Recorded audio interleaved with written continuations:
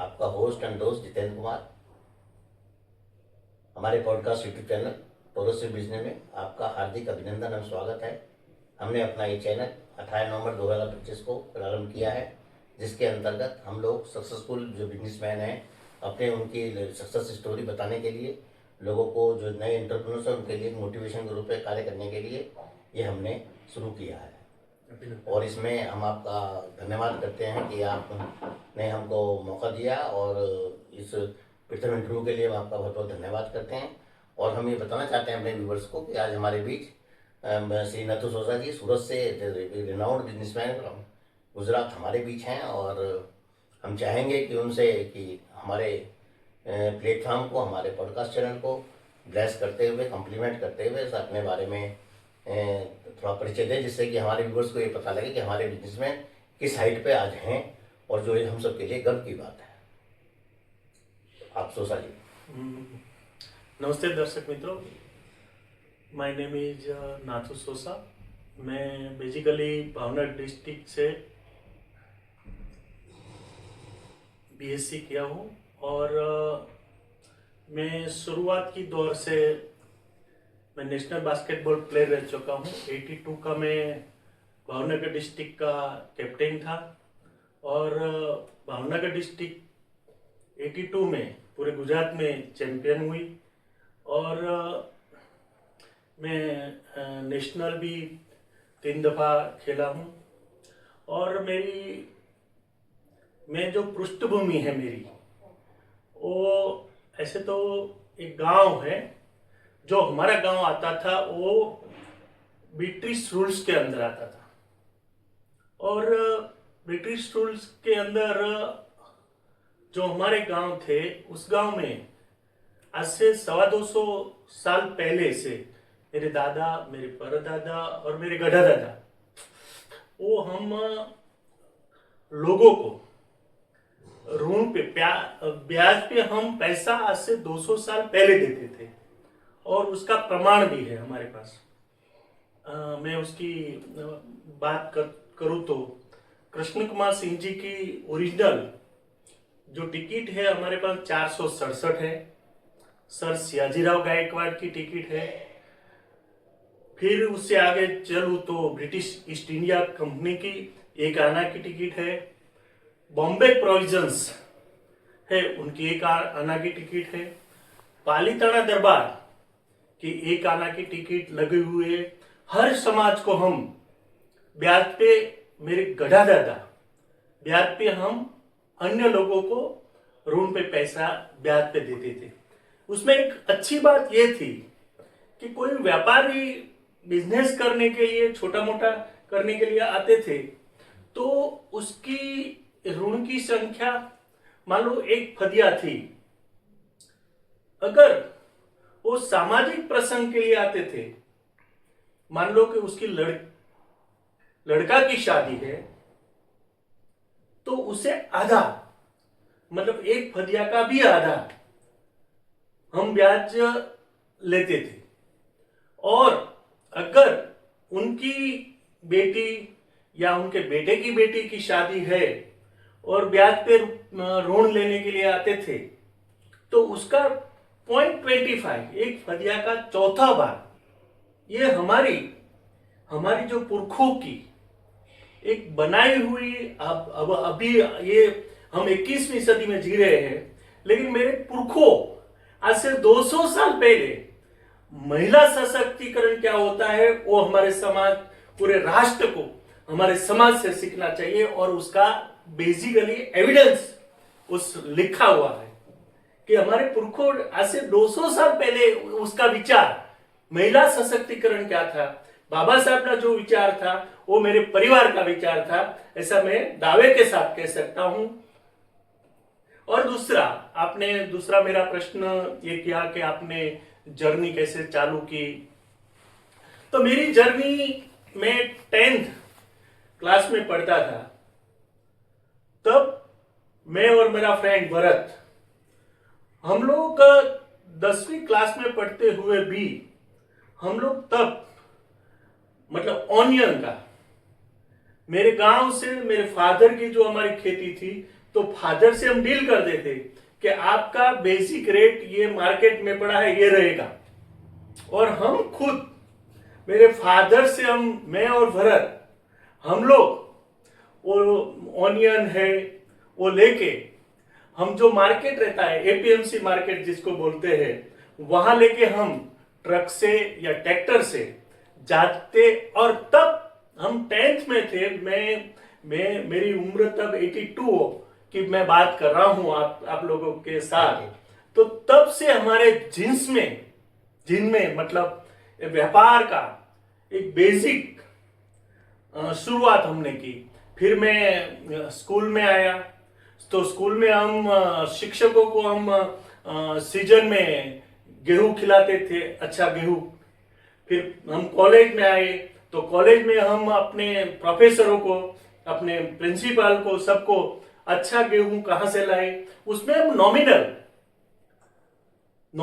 हम ये रखते थे कि भाई मार्केट से जो है उसे कम मिले, और डायरेक्ट हम फार्मर से लेकर वो प्रोफेसर को देते थे, और बढ़िया जो सबसे बेस्ट क्वालिटी का है वो देते थे। तो प्रोफेसर भी हमारे पर खुश थे, और ये हमारी जर्नी ऐसे चालू हुई। और उसके बाद तो मान लो कॉलेज काल के अंदर ये सब किया, और कॉलेज काल के अंदर भी ये बिजनेस करते थे। और हम लोग जिसको रफिया बोलते हैं, तब आरपी जो रिप्रोसेस प्लांट रहता है, एलडी एचडी, वैसे तो मैं 10 में 10th में था, तब मैं बड़ौदा, अंकलेश्वर, भावनगर से चालू पढ़ाई के साथ मैं जाता था।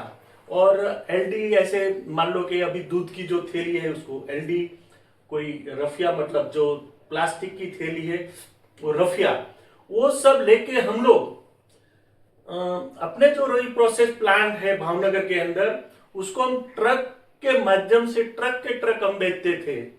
और ऐसे मैं स्कूल कॉलेज काल से हमने बिजनेस में, तब से हमारा पूरा का पूरा फोकस हमारा ये रहा। और मेरे परिवार में भी हम लोग, मैं एक बात बताना चाहता हूं कि मेरे अंकल जो मेरे फादर से तीसरे नंबर के, मेरे फादर और 5 भाइयों थे, उसके सबसे छोटा भाई, उसका जब मैं बात कर रहा हूं आज से करीबन 45 इयर्स एगो, तब उनका पीएसआई का डायरेक्ट रिक्रूटमेंट इंटरव्यू आया। तो मेरे दादाजी ने बोला कि बेटे अपने को ये जॉब में नहीं जाना है।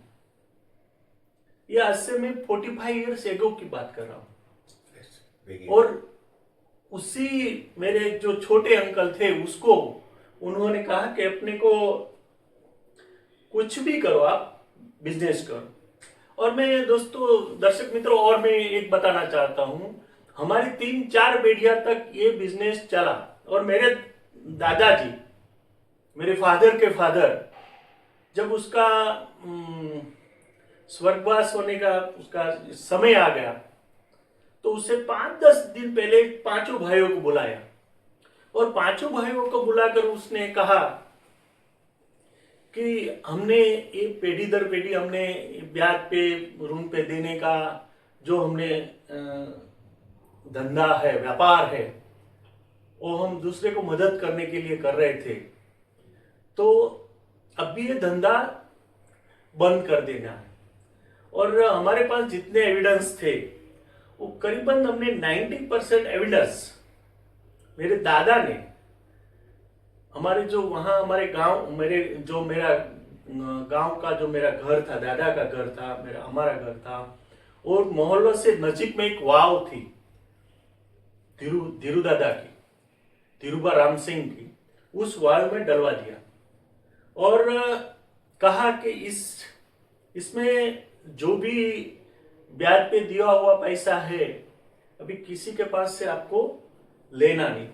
और ये मेरे दादा ने क्यों किया, तब हमको अभी ये विचार आता है। तो दोस्तों मित्रों, मैं बताना चाहता हूं कि उन लोगों में इतनी विजनरी थी मेरे पुरखों में कि वहां अकाल हर समय आता रहता था। मान लो 2 साल अच्छा गया तो 3 साल अकाल आता था। तो मेरे दादा खुद चाहते थे कि ये धंधा के अंदर अगर मैं इनको रखूंगा तो किसी के साथ झगड़ा होगा, किसी के साथ अलग, क्योंकि हम ऐसे नहीं कि हम एक ही कम्युनिटी से बिजनेस कर रहे थे। तब क्षत्रिय थे, ब्राह्मण थे, मुस्लिम थे, और हमारे यहाँ तो मैं ये कहता हूँ खिमचंद हो रहा और जसराज हो रहा, वो राजस्थान के लोग हमारे यहाँ ऋण पे पैसा लेने के लिए 3 पीढ़ियों का भी उसका पूरा निकलता है। और मैं दर्शक मित्रों और बताना चाहता हूं कि हमारे पुरखे के जो भी ये ब्याज पे ऋण पे देते थे, तो हमारे घर पे मेहता जी जिसको हम बोलते हैं, अभी अकाउंटेंट बोलते हैं, तब हमारे वहां अकाउंटेंट रहता था। और मैं थोड़ा और बताता हूं कि मेरे दादा, मेरे गढ़ादादा बाहर जाते थे तो डफेर जो बंदूकधारी थे, एक गांव से दूसरे गांव से जाते थे, तो उनके साथ 2 बंदूकधारी साथ में रहते थे। और हमारा टर्नओवर रानी सिक्के का 1088, मतलब कितना किलो चांदी घर से बाहर जाती है, 1088 केजी, मतलब 1088 रानी सिक्को, मतलब वो रानी सिक्का की 100 ग्राम की आप वैल्यू समझ लो, तो कितना किलो चांदी जाती होगी और कितना किलो चांदी आती होगी, उसका आप अंदाजा लगा सकते हो। Very great sir. आपका अभी जो बिजनेस मॉडल है, जो प्रेजेंट है, जो रन कर रहे हैं आप, उसके बारे में थोड़ा प्रकाश डालें, जैसे कि हमारे व्यूअर्स को पता लगे कि हम ज़्यादा आपकी जो जितनी बेस्ट हिस्ट्री है उसके साथ उससे रिलेवेंट है। तो ज़रा वो किस तरह आप आज के युग में जो आपके बिजनेस आपके बेटे के साथ या अन्य जो परिवार के सदस्यों के साथ सूरत में कर रहे हैं, थोड़ा ब्रीफ में सर प्रकाश कर रहे हैं। मैं दर्शक मित्रों और ये बताना चाहता हूं कि मैं 87 में कॉलेज कंप्लीट करके मैं सूरत में आया, तो आने के बाद तुरंत मैंने डायमंड फैक्ट्री चालू की 87 में। और जब खाड़ी युद्ध हुआ, तो खाड़ी युद्ध के समय हम जो जर्नी कर रहे थे, वो जर्नी तुरंत 0 हो गई, क्योंकि कारखाने सब बंद हो गए, खरीदारी बंद हो गई। तो उस टाइम की मैं बात करूं जितेंद्र कुमार सिंह, तो लोग बोलते हैं ना कि भाई ऐसी घड़ी आती है कि आदमी कुछ विचार नहीं कर रहा है। फिर हमने वहां से जर्नी और चालू की। उसके बाद मैंने छोटा सा STD और चलाया, तो मेरे सूरत सिटी के अंदर मेरा खुद का 3 STD चल रहा था। ट्रैवल्स का मेरा बिजनेस मैंने चालू किया, और उसके बाद धीरे धीरे जर्नी होकर हम लोग मेरे जो विस्तार है अडाजन में मैं आया, और अडाजन के अंदर हम लोगों ने लैंड का चालू किया। मैं एक और बात बताना चाहता हूँ कि जिसके यूनिट के अंदर मैंने एक रो हाउस लिया था, जिसको आप लोग डुप्लेक्स बोलते हो, वो डुप्लेक्स लिया था, वो आज 99 में मैंने लिया था। तो जो लोग मैं तो एक इसका यूनिट खरीदने वाला एक कस्टमर था, वो आज तीनों के 3 मेरे पार्टनर हैं, जगदीश भाई, कमलेश भाई और मनु भाई। और वो लोग हमारी जर्नी 26 से 27 साल से हम साथ में काम कर रहे हैं। और आप बोल रहे थे कि अभी का जो आपका बिजनेस है, तो ये मेरा मेन अपने जो मेरे दोस्त है, मेरे पार्टनर्स है, उनके साथ हम 26 साल से काम कर रहे हैं। 26 साल से काम कर रहे हैं और साथ में काम कर रहे हैं, एक परिवार की तरह अभी भी कर रहे हैं। और अभी भी 10 साल, 20 साल, 25 साल अपनी सेकंड जनरेशन भी साथ में अभी जुड़ गई। और ये हमारी जर्नी अभी चालू है। दूसरा आपने बताया कि अभी कौन से प्रोजेक्ट कर रहे हैं। मेरा सोशा वेंचर्स प्राइवेट लिमिटेड कंपनी है, उसमें भी हम छोटा मोटा काम कर रहे हैं। और दूसरा मेरा जो सबसे बेस्ट एक विजन है कि मैंने 2016 में होम बैठे e commerce private limited company हमने चालू की थी। और वो कंपनी का मेरा खुद का ध्येय सोसाइटी को पे बैक टू सोसाइटी का मेरा कॉन्सेप्ट उसमें था। सोसाइटी को कैसे मदद रूप करो, उसी तरह से हमने ये बिजनेस चालू किया था। और हमने करीबन उसके अंदर करीबन हमने स्टॉक 2 जगह पे हमने स्टॉकिस्ट का भी काम किया। फिर हमने ऑन बोर्ड, मतलब जो बोलते हैं मॉल बोलते हैं, तो मॉल हमारा सूरत सिटी के अंदर 2 जगह पे था, उसका नाम हमने HB मार्ट रखा था। और हम लोग ये जर्नी के अंदर हमने स्टार बाजार के साथ, टाटा के साथ B2B पार्टनरशिप की थी पूरे भारत में। और पूरे भारत के अंदर हम लोगों ने 2-3 जगह पे हमने उसके साथ ऑपरेशन भी चालू किया, अहमदाबाद में, सूरत में। और हमारे करीबन पूरे गुजरात से या भारत में लेकर अभी हमारा टोटल कस्टमर का हमारा रेशियो देखे तो 52,000 जैसे करीबन 52,000 नंबर है, और वो हमारे कस्टमर है ओम्बेटे ई कॉमर्स के। और अभी उसके अंदर हमने और एक अलग स्टेप जाकर हम लोग उसके अंदर काम कर रहे हैं। हम लोगों को ऐसे जोड़ना चाहते हैं कि मान लो कि बहुत से लोग हमारे समाज के आते हैं तो बोलते हैं कि भाई मेरे पास मैं ग्रेजुएट हूँ, मैं डबल ग्रेजुएट हूँ, फिर भी मेरे को नौकरी नहीं मिल रही है, मेरे पास पैसा नहीं है।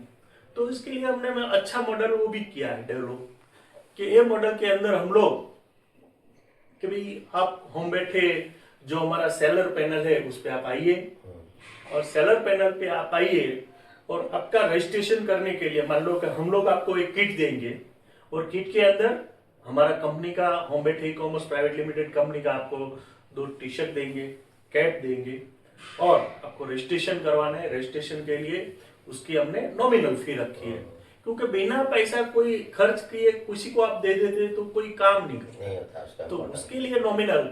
और जो भी पैनल सेलर पे जो एग्जीक्यूटिव की हम उसको पोस्ट क्रिएट किए हैं, वो अगर बंदा उसके पास नॉलेज है, तो मान लो कोई भी छोटा भी शॉप है जो 10 इन्वेंट्री है उसकी, सिर्फ 10, तो भी हम मिनिमम उनको 10 इन्वेंट्री करेंगे तो उसको 1,000 रुपया देंगे। और जो उसकी जो प्रोडक्ट है 10 इन्वेंट्री, उसको वो अपलोड करेंगे हमारे सेलर पैनल पे, तो उसका पर इन्वेंट्री मतलब प्रोडक्ट का हम 50 रुपीज दे रहे।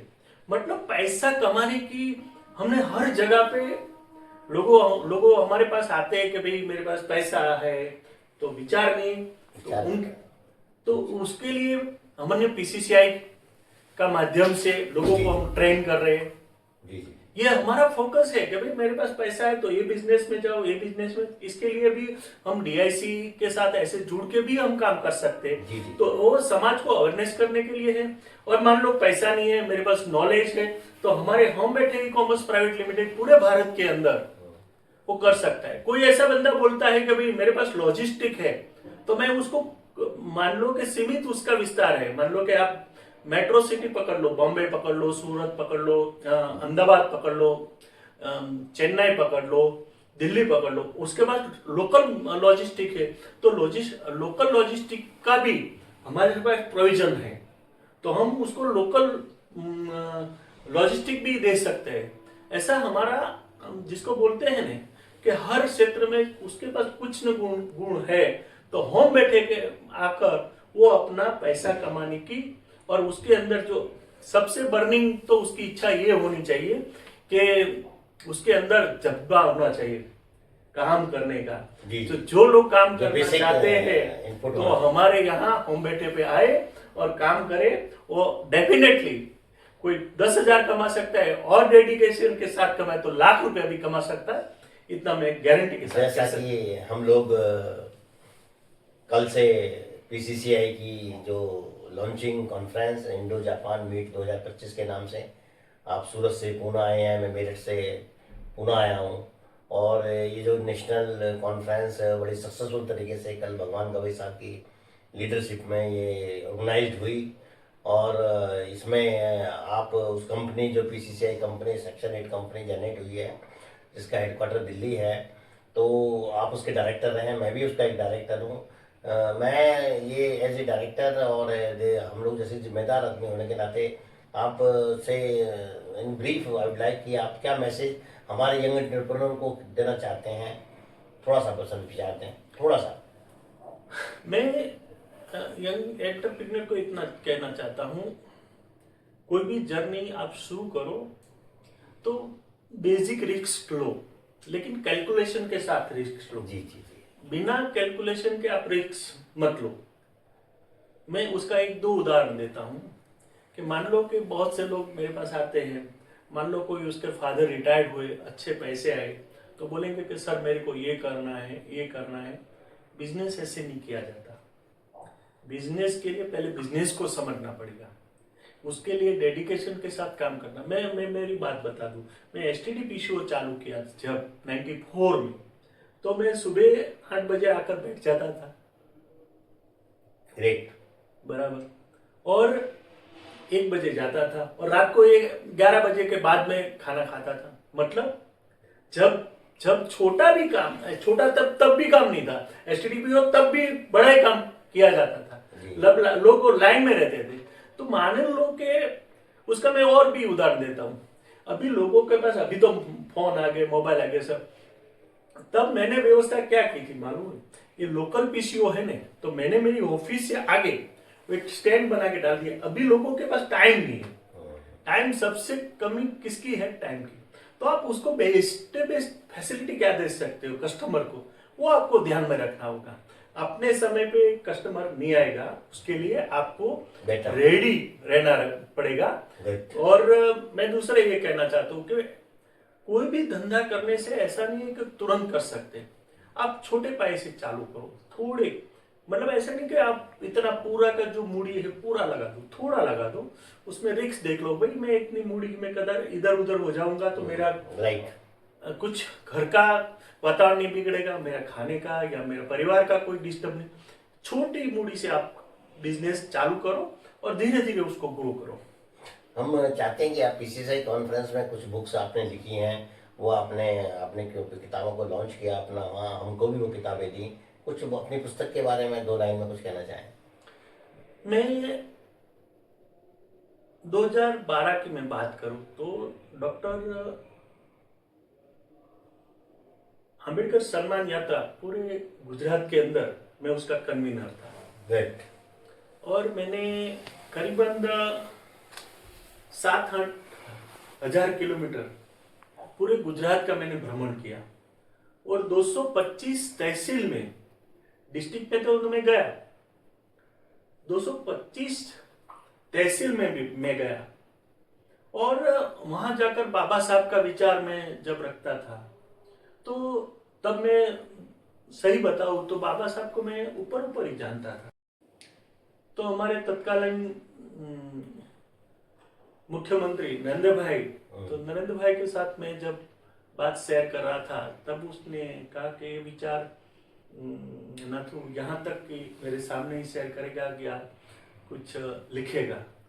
तो ऐसे तो उसने इंसिस मेरे परिवार के बारे में पुस्तक लिखने की थी, और करीबन बहुत समय यहाँ मुख्यमंत्री थे तब भी की थी, और के परिवार के, लेकिन मैं तब परिवार के बारे में मैं नहीं लिख पाया।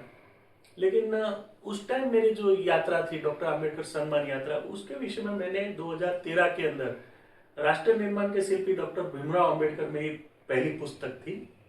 उसके बाद मैंने रत्नकणिका पुस्तक लिखी, उसका हिंदी और गुजराती है। राष्ट्र निर्माण के शिल्पी का हिंदीकरण करवाया। और मेरे परिवार सोसा परिवार माणसाई ने मूल्योનું સરવૈયું જે ગુજરાતીમાં છે એ ડોક્ટર મોહનભાઈ પરમાર જે ગુજરાતના સૌથી આમ કહી શકાય કે જે પહેલી શ્રેણીના લેખક છે, મારા પરિવાર વિશે એને પુસ્તક લખ્યું। એ પુસ્તક લઈને હું જ્યારે માન્ય પ્રધાનમંત્રી નરેન્દ્રભાઈને 8 સપ્ટેમ્બર 2019ના દિવસે 8 सितंबर 2019 के दिन मैं जब उनको भेंट करने को गया तो सर ने थोड़ा प्राइम मिनिस्टर तरफ देखा पुस्तक, तो इसका हिंदी इंग्लिश करण कीजिए, तो मैंने उसका इंग्लिश किया, वो उसका हिस्ट्री ऑफ सोसा फैमिली उसका अंग्रेजीकरण किया, और अभी जो मैंने लास्ट पुस्तक जो लिखी है युग पुरुष डॉक्टर युग पुरुष, इसके लिए मैं कह रहा हूं, अभी आप रिसेंटली समझ लो तो यूनेस्को के अंदर डॉक्टर बाबा साहब आम्बेडकर का स्टैच्यू लगाया है। उसका मोटिव क्या है? एजुकेशन है, ह्यूमन राइट्स है। तो बाबा साहब का विचार क्या है? Educated, agitated and organised. और क्या है? Liberty, equality, fraternity. तो वो दोनों का आपका विचार समझ लो। यूनेस्को ने जो विचार है वो, और बाबा साहब के विचार, दोनों पैरेलल फॉलो एक तरीके से हो रहा है। तो बाबा साहब को विजनरी पर्सन थे, यो युग दृष्टा थे। वो ऐसे में नहीं कह रहा, उसका प्रमाण भी है। मान लो कि जब ब्रिटिश यहाँ रूल्स कर रही थी, 1942 से दूसरा विश्व युद्ध चल रहा था, तो अपने सैनिकों को, अपने लश्कर सैनिकों के लिए सबसे पहले जो अभी इन लोगों को जो मुआवजा मिल रहा है, वो मुआवजा चालू करवाने का युग दृष्टा कौन था? डॉक्टर बी.आर. आम्बेडकर। पूरे भारत के नहीं, पूरे विश्व के अंदर किसी मिलिट्री का मतलब डेथ हो जाए, वो अपंग हो जाए, कुछ भी हो जाए, तो उसको मुआवजा नहीं मिलता था। वो चालू करवाने वाला बी.आर. आम्बेडकर है। और मैं दूसरा, और जो भी है महिला सशक्तिकरण का विचार है, जो भी वहां जहां भी आप हाथ डालेंगे बाबा साहब वहीं मिलेंगे। जहां भी हाथ डालो वहां बाबा साहब आपको सामने दिखेंगे। इसके लिए मैंने युग पुरुष डॉक्टर बी.आर. आम्बेडकर पुस्तक का नाम लिखा है। वेरी गुड सर, बहुत आप बधाई के पात्र हैं। और सक्सेस स्टोरी दैट ये हमारे पॉडकास्ट चैनल को जरूर एक जनमानस तक पहुंचाएगी, और आपके परिवार के बारे में लोगों को पता लगेगा। आज अपने पॉडकास्ट चैनल में मैं आपका हार्दिक अभिनंदन, पुनः स्वागत करता हूं, और मैं आभार व्यक्त करता हूं कि आप पीसीसीआई की नेशनल कॉन्फ्रेंस के दौरान जब हमारी आपसे मुलाकात हुई जूम मीटिंग पर, तो हम लोग मिलते ही रहते थे, लेकिन that I am very much thankful on behalf of my PCCI, PBA, PBWS team is here. बहुत बहुत धन्यवाद। नमस्कार सोचा। नमस्ते, थैंक यू, नमस्ते। Thank you.